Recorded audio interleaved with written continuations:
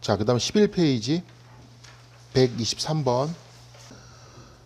아버지가 딸을 태우고 딸이 근무하는 직장인 어린이집에 데려다주고 가고 있는 길이야. 근데 이 딸이 원래 좀 정신적으로 힘들고 문제가 있었는데 그래서 휴직도 오래 했어. 근데 이제 많이 좋아져서 이제 복직을 한 거예요.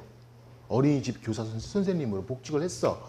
그러니까 어린이집 원장님이 뭐라 그랬냐면 무슨 뭐 학부모 뭐 앞에서 뭐 발표를 좀 해봐라라고 한 거야. 근데 이제 그러니까 이제 다시 이 병이 도진 거야. 자기가 이 우울증 병이 도져가지고 출근 안 하고 딴 데 가 있었던 거예요. 근데 그 막 전화 오고 난리가 났을 거 아니까 이제 아버지가 이 딸을 찾았어. 그래서 아버지가 이제 막 설득을 했어. 그거 이제 안 해도 된다고 다 얘기했다. 걱정하지 말고 가자. 나랑 같이 출근하러 가자. 하고서 태우고 가던 중에 이 딸이 뛰어내린 거야. 차에서. 뛰어내렸어요. 그런데 사망했어요. 그러니까 보험사가 뭐라 그랬겠어요? 자, 아버지한테 불법행위 책임이 있어요, 없어요? 없죠. 그럼 뭐만 따지면 돼요? 운행자 책임. 누구에 대한 운행자 책임? 승객에 대한. 그러면 면책되려면 뭐가 있어야 돼요? 승객의 고의 또는 자살. 그러니까 보험사가 뭐라 그랬겠어요? 사망했으니까. 자살이다, 자살이다.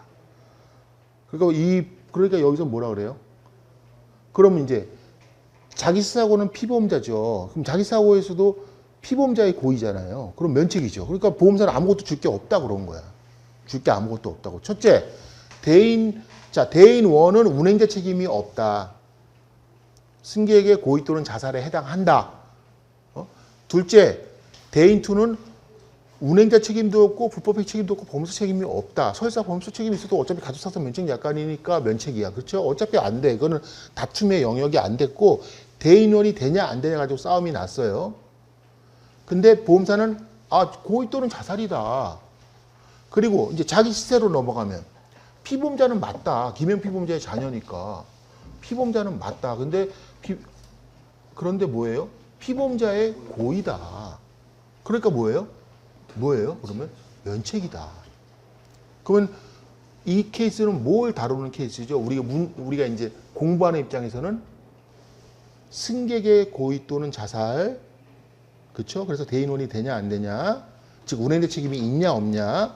둘째, 자기 사고 된다 안 된다, 고의다 아니다. 이거 두 개가 이 문제의 이 케이스의 논점이었어요. 그래서 소송을 했는데 1심에서 보험사가 이겼어.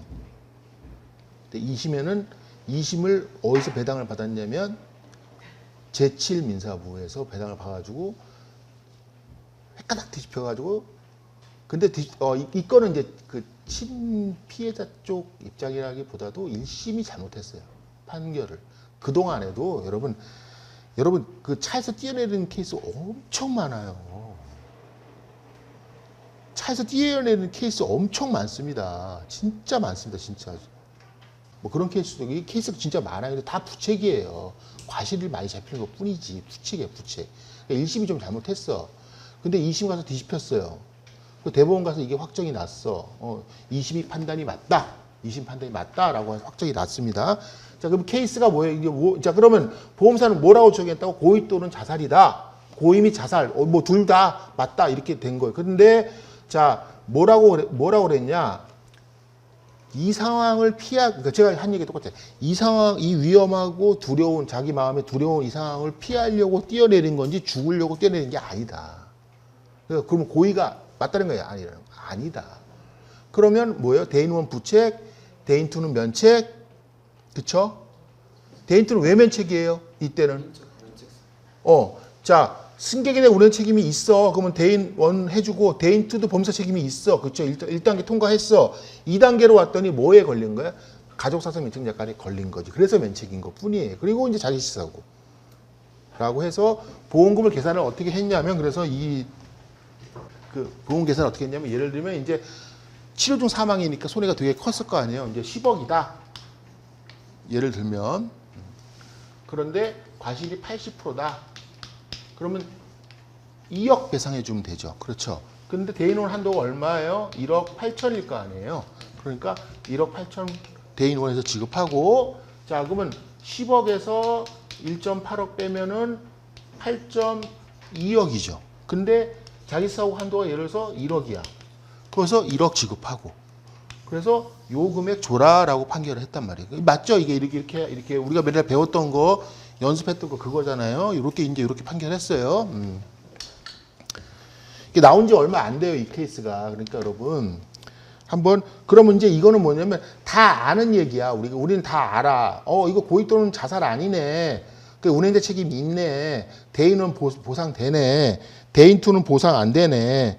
자기 실사고는 보상 되네. 이거 다 아는 얘기인데 이거를 맛깔나게 이제 간단하게라도 그 시간 안에 맛깔나게 딱 쓰려면 한 번은 다뤄봐야 되니까 제가 넣어놨어요.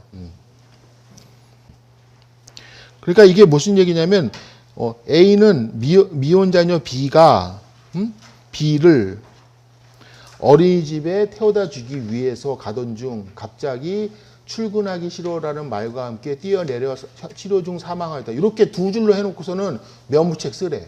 그럼 뭐야 이게 도대체 뭐요? 면책이요, 부책이요? 이럴 수 있다는 거죠. 근데 결론은 뭐예요? 출제자의 의도는 이 판례 알아 몰라라고 출제한 거라는 거죠. 그렇죠? 그러면은 여러분들 이 판례 눈으로 다뤄보지 않았으면 그 안에서 끙끙대고서는 이게 뭐야, 뭘 승객의 책임이 있다는 기여 없다는 기여 나는 도대체 모르겠네. 있다 없다에 따라서 하늘과 땅 차이인데. 그렇죠? 그리고 하나 더 설사 그렇게 문제를 그렇게 간단하게 내서 이 판례를 모르고 우리가 시험장에서 이 문제를 맞닥뜨렸다 치더라도 여러분 만약에 승객의 고의 또는 자살에 해당하면 줄 거라고는 아무것도 없죠. 대인 1도 안 돼. 대인 2도 안 돼. 자기 실사도 안 되죠. 그렇죠?